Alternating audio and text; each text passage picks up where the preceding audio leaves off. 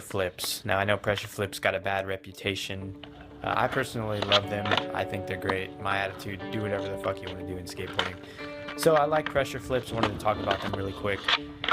The main concept with a pressure flip is going to be the back foot. It's always going to be the back foot. So you want to get familiar with this concept here. You want to get familiar with having one foot off the board, your front foot off the board, and your back foot on the board. And you want to practice this pressure flip motion here. And it can be kind of tricky at first when you don't understand it, but this is key to understanding a pressure flip. So you want to make sure that you have your toes hanging off a little bit, and that you don't just pop, but that you scoop, and that you scoop so you can hear the scrape of the board on the ground. It's essential to, anytime you hear the word scoop, it's going to go hand in hand with scrape, because you're essentially scraping the tail against the ground. And anytime you do like a pop shove it or a tray flip or anything like that that requires scoop, you're going to need that scrape against the ground to get the back end of the board all the way around to where it becomes the front.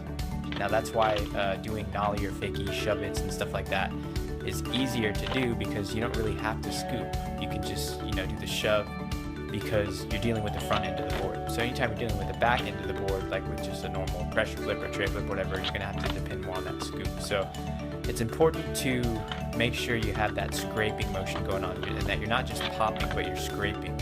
And that's essential. So you'll see here that I'm pressing down, and not only am I popping, but I'm scraping the board to the point where the board ends up going, like hovering above my foot, if you can see what I'm talking about here. So that's important when it comes to learning how to pressure flip. You need to know how to scrape that board along so that it does the rotation and the flip at the same time. So this can be a bit hard to understand at first. You might end up just doing a few pop shove-its at first, but it's really important to let the board flip over your foot, if that makes any sense. So this is exactly the concept that you need to master before you try to commit to a pressure flip and put both feet on the board.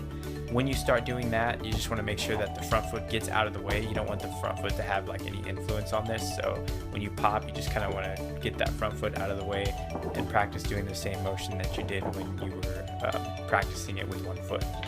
That is the key to a pressure flip right there. That's why they call it the pressure flip, because you're putting so much pressure on that side of the board to where it actually ends up doing the heel flip, and then it depends on the scrape so that you end up doing the pop shove it, and consequentially it looks like an inward heel flip, but obviously it's not. So that's my tip when it comes to pressure flips. Just practice, practice, practice. Make sure you get that motion down on one foot. That really helps. That's how I ended up learning pressure flips. Comment down below your suggestions for future skate hacks videos. Thank you guys for watching as always. See you next time.